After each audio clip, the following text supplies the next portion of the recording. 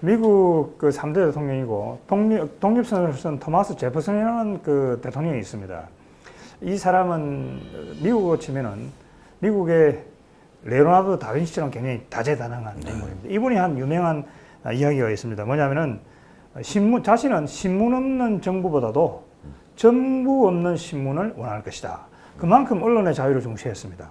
지금 대표님 말씀을 들어보면은 지금 한국에는 정부도 없고 안보가 가지는 정부도 없고 신문도 없는 그런 상황인 것 같아요. 그러니까 아마 토마스 제퍼슨이 여기 와서 보면은 이 나라는 참 이상한 나라다 이렇게 아마 생각할 것 같습니다. 그러니까 제가 볼 때 지금 말씀하신 이 원래 4.27 판문점 회담에서 정상회담을 9월 달에 하기로 지금 했습니다. 네. 합의를 해두고 있었는데 이게 지금 여러 가지 어떤 그 미국과 북한 사이의 핵 리스트 문제라든지 조기 종전선언을 묻고 조기 종전선언 문제를 놓고 지금 갈등이 첨예화되고 있지 않습니까? 네. 그러니까 이 문제를 또 이 문재인 정부가 중재를 서기 위해 가지고 이 정부의 고위층이 북한을 방문해 가지고 조기 남북 정상회담을 성사시키려고 한다. 이런 지금 보도가 흘러나오고 있습니다. 그래서 또 거기에 이제 추가되는 보도 내용을 보니까 그 남북 정상회담을 8월 달에 조기에 성사시켜 가지고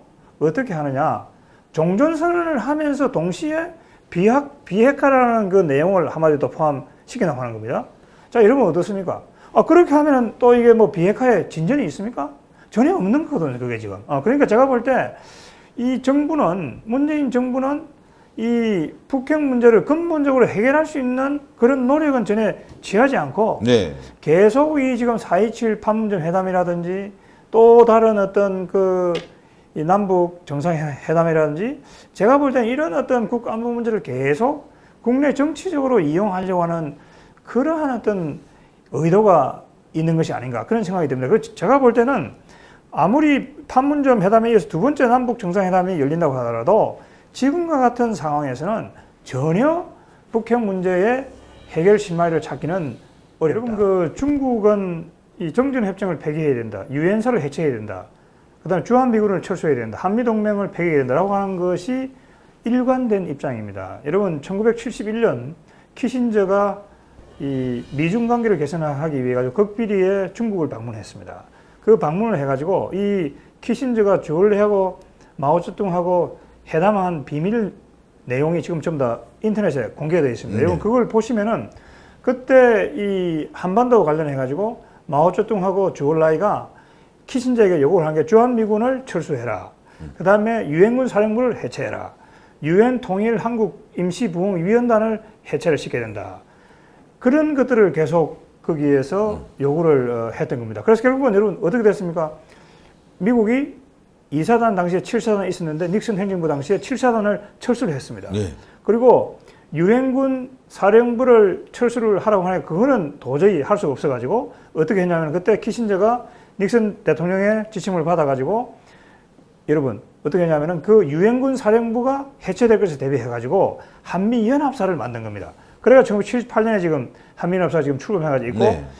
결국 그 엉크크라고는 유엔 한국 임시부흥위원단은 중국이 강력하게 요구를 해가지고 해체를 했습니다. 그리고 그때 유엔사를 해체하는 것은 바로 정전협정을 폐기하고 하는 것이었거든요. 그러니까 중국은 그 1971년부터 북한과 공조를 해가지고 이 종전선언을 해야 된다는 입장을 견지하고 있는 겁니다.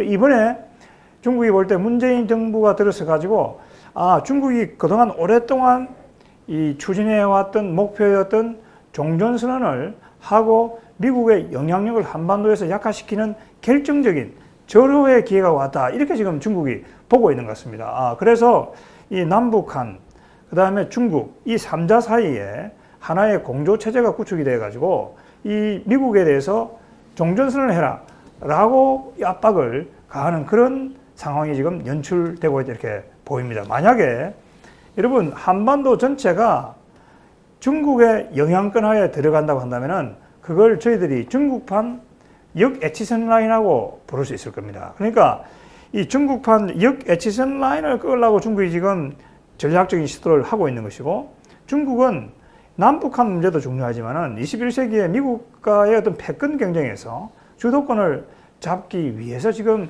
이 종전선언을 하나의 고리, 카드로 해서 지금 이 문제를 지속적으로 추구하고 있다 하는 점을 저희들이 잘 이해합니다. 한미연합 사령부를 해체하고 미래연합군 사령부를 만든다고 합니다. 그러면 이 미래연합군 사령부를 갖다가 사령관이 누가 되느냐? 한국군 장성이 한대요. 근데 부사령관은 미국이 한다는 겁니다. 그 안을 미국한테 이제 가서 이야기했더니 미국이 노 한다는 거예요. 왜냐하면 미국은 지금까지 연합군을 구성하면서 한 번도 다른 나라의 지휘를 받아온 적이 없습니다. 그런데 이걸 지금 뭐냐면 여러분 보세요. 한미연합사가 잘 작동을 하고 있거든요. 집이 잘 이렇게 지금 지어져 가지고 그게 안정이 돼 있어요. 근데 이 집을 허물고 가건물을 만들면서 그것도 사령관을 한국이 하고 부사령관을 미국이 해라. 미국이 볼 때는 아니 워싱턴도 굉장히 덥습니다. 서울도 굉장히 더운데 다 같이 여름에 더운데 왜 미국은 정상적으로 생각을 하는데 한국 정부는 이렇게 정상적으로 생각하지 못할까? 이런 데 굉장히 그 걱정이 많은 것 같습니다. 그러니까 이게 우선은 미국으로서는 받아들이기가 굉장히 어려운 것 같습니다. 아까 그래서 실장님 말씀하신 대로 저희들이 잘 이해해야 되는 것이 지금 이 지구상에 존재하는 국가들 중에서 제대로 된 국가들 중에 미국과 전시작전권을 공유하고 있지는 나라는 없습니다, 여러분. 그 다음에 미국과 같이 전시작전권을 공유하고 군사작전 계획을 짜고 이 연합훈련을 하지 않는 나라가 없습니다. 자, 나토가 지금 미국을 포함해 29개국입니다. 나토 29개국. 자, 미일 동맹. 그 다음에 호주. 그다음에 한국. 모든 국가들이 미국과 같이 하고 있어요. 그렇다고 해가지고 그걸 주권 문제로 생각하지 않습니다. 지금 뭐냐면은 군사주권을 독자적으로 행사하고 있는 나라는 이 지구상에 없습니다. 선진국 중에서는 적어도 없습니다. 여러분 그렇죠. 뭐냐면은 역사적으로 보면 1956년에 수에즈 위기라는 게 있었습니다. 이때 뭐냐면은 영국과 프랑스가 이스라엘과 합작을 해가지고 당시 미국 정부의 사전에 통보하지 않고 이집트를 침공을 했어요. 침공을 하니까 당시 아이젠하워 대통령이 왜 미국과 사전에 협의하지 않고 전쟁을 하느냐. 그래가지고 그 전쟁을 못하게 했습니다. 그래 미국, 영국, 프랑스, 이스라엘이 그 전쟁을 간두고 물러났습니다. 그러니까 이 1953년 이후로 서방 진영에 있는 한국, 일본을 포함해서 서방 진영에 있는 국가들은 독자적으로 군사조건을 행사해 본 적이 없습니다. 그게 지금 엄연한 현실입니다. 그렇다고 해가지고 이 국가들의 군사조건을 침해받는 건 아닙니다. 왜냐하면 미국 대통령과 각 국가의 대통령이 그 군사조건을 공유하고 협의해서 결정을 하도록 그렇게 하고 있습니다. 그래서 제가 볼 때 지금 이 한미 전시작전권을 환수받으려 한다. 이 전환하려고 한다. 이건 대단히 잘못됐다고 생각이 됩니다. 그래서 왜냐하면 이 일본이 지금 우리와 같은 한미연합사의 행태를 대단히 부러워합니다. 일본은 미일 군사 체제가 병렬형으로 되어 있어요. 저희들처럼 이렇게 견고하지 못합니다. 그러니까 일본은 이거를 더 견고하게 해가 통합형을 우리처럼 하려고 하고 있고, 우리는 이거를 허물어 가지고 말이죠. 이거를 좀 느슨하게 하려고 한다. 그러니까 일본이 볼 때도 이게 아마 제가 볼 때는 이해가 안 됩니다. 예, 그 북핵이 심각해지는데 일본은 더 지금 미일 간에 이걸 견고하게 해야 되고 하는데 한국은 잘 지어져 가지고 견고하게 있는 이걸 해체를 해가지고 이걸 느슨하게 하려고 하니까 이게 도대체 국가로서 제대로 된 이 어떤 정책 결정 과정이 프로세스가 작동하고 있는지 미국과 이 주변 국가들이 굉장히 우려를 하고 있는 것 같습니다. 네, 맞습니다. 세계 최강의 군대, 그야말로 전 세계 국방비를 다 합친 것보다 더 많이 쓰고 있는 미국입니다. 대한민국에 항공모함이 한 대나 있을까요? 네, 핵잠수함이 있습니까? 그런데 사령관을 하겠습니다. 항공모함을 운영해봤어야 어떻게 쓰는지 알고 핵잠수함을 운영해봤어야 또 어떻게 지시를 내리는지 아는데 아무것도 모르는 사람들이 우리가 사령관 할 테니까 미국 보고 부사령관을 해라. 정말 이해가 안 가는군요. 예. 마치 초등학생이 전국구 조폭을 상대로 제가 두목하겠습니다. 뭐 이런 거랑 똑같은 거 아닙니까? 얼마나 우습겠습니까? 예, 보호해줘야죠. 그리고 요 정도는 이렇게 해라 이렇게 가르쳐줘야 되는데 뭐 조폭과 비교하는 건 무리가 있겠지만 그런 비교가 가장 편하다고 생각해서 말씀을 드렸습니다. 예, 정말 초등학생 수준뿐이 안 되는 국방력을 가진 대한민국이 정말 그 해외 유학파 대학생에게 지시를 내린다는 그런 게 참 이해가 안 되는, 그걸 또 가지고 가서 이렇게 했으면 어떻겠습니까? 라고 제안을 했다는 걸 보면 이게 참 제정신인가 싶습니다. 진짜 제정신 아니죠. 날이 더운데 워싱턴도 덥습니다. 똑같이 에어컨 돌리는데 아마도 청와대는 에어컨에 에어컨 가스가 새는 것 같습니다. 제정신이 아닌 것 같습니다. 진짜. 자, 이제 정리를 해야 될 것 같은데요. 예, 우리 네. 이용남 실장님부터 네. 정리 부탁드리겠습니다. 그 오바마 행정부 당시에 그 초기 국방장관이었죠. 게이츠라는 국방장관이 Security is like oxygen. 그러니까 뭐 번역하면 안보는 산소와 같다.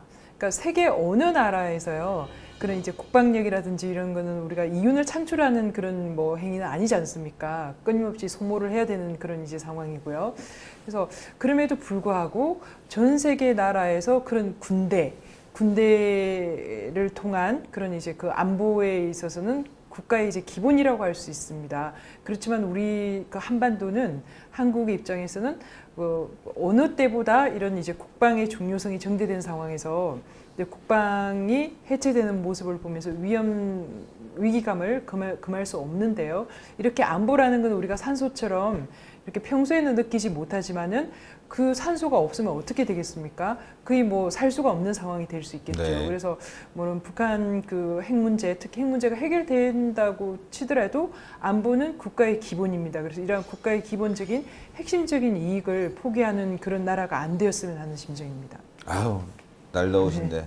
뭐 사실 신의 한수 오늘 휴가지만 이렇게 또 두 분을 안 모실 수가 없어요. 예. 나라가 위기인데 휴가가 뭐 필요하겠습니까? 자, 우리 김영우 교수님 부탁드리겠습니다. 저희 이제 역사적으로 보게 되면 구한말로 그냥 이게 그 멀리 가지 말고 구한말까지만 이렇게 거슬러서 여러분 올라가서 보시면은 이런 현상을 알 수 있습니다. 이 북방에서 이 한반도로 내려오는 나라들은 대부분이 정치 체제가 자유민주주의 체제가 아니었습니다. 여러분 유심히 살펴보시면은 지금 중국도 그렇죠. 러시아도 그렇고 그런 국가들은 우리와는 정치 체제와는 굉장히 다른 국가들이었다는 점을 저희들이 이해하는 게 중요합니다. 그러니까 저희들이 해방 이후 비로소 미국이라든지 일본이나 이런 해양 세력과 관계를 맺음으로써 대한민국이 발전할 수 있었던 것이죠. 그러니까 이 미국과 일본이라는 해양 세력들은 영국 이런 나라들은 모두 자유민주주의 체제를 가지고 있습니다.